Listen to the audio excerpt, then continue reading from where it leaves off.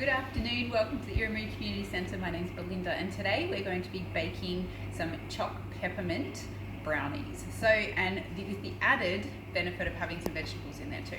So the first thing I'm going to do is I'm going to grab my coconut oil, honey and vanilla, and I'm going to pop that on the stove while we mix everything else together, and that's just going to melt down there on the stove. So what we're going to do then is we're going to grab our sweet potato. So I've just grated some sweet potato. Now this recipe will be in the notes, so don't worry about quantities at the moment. So I've grated some sweet potato. And then we're going to add an egg. Now,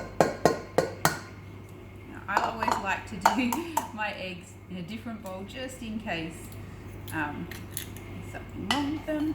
We've got our egg there. I'm just going to add that to my sweet potato mix and give it a good stir so that the egg will be incorporated all through that sweet potato.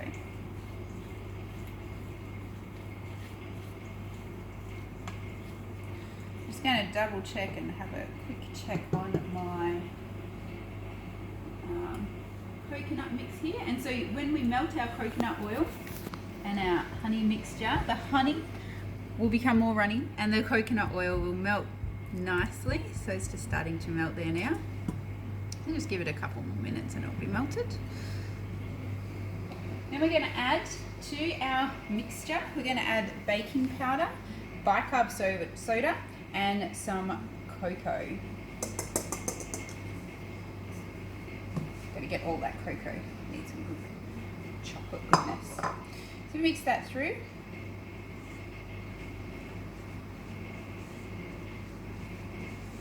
Now if you prefer, you can actually use beetroot in this recipe too.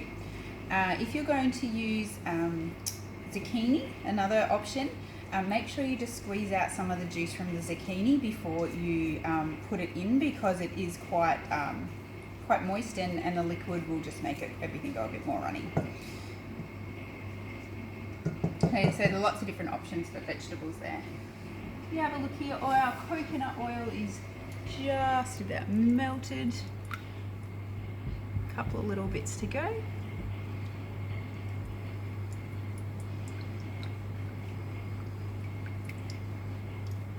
And there we go, so that's everything melted. Don't worry if it doesn't incorporate into one liquid, that's all good. Now make sure you turn off your stove as you take it off. Now we're going to mix the coconut oil and honey mixture into our egg and sweet potato. There. So we just want to mix that all the way through. Now it's going to look a little bit runny, and that's okay.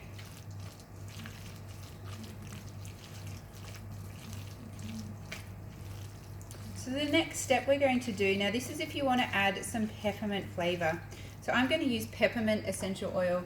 When you're using essential oils in your food, make sure they are able to be used for culinary uses, okay? So this is at Brown's Young Living, but make sure whatever one you've got, you're going to be using in your food is actually appropriate for food.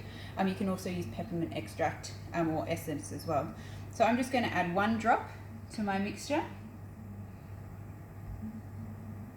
And that's going to put peppermint flavour through the whole thing.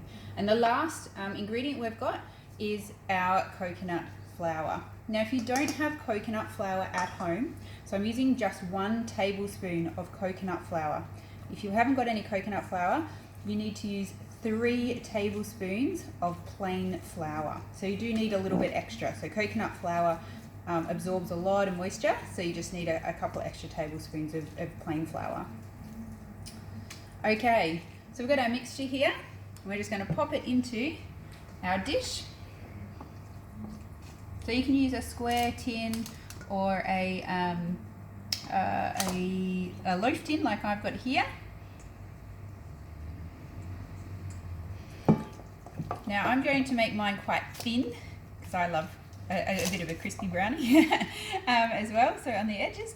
But if you would like, you can double the recipe, make it a bit thicker and have a little bit chewy on the inside as well.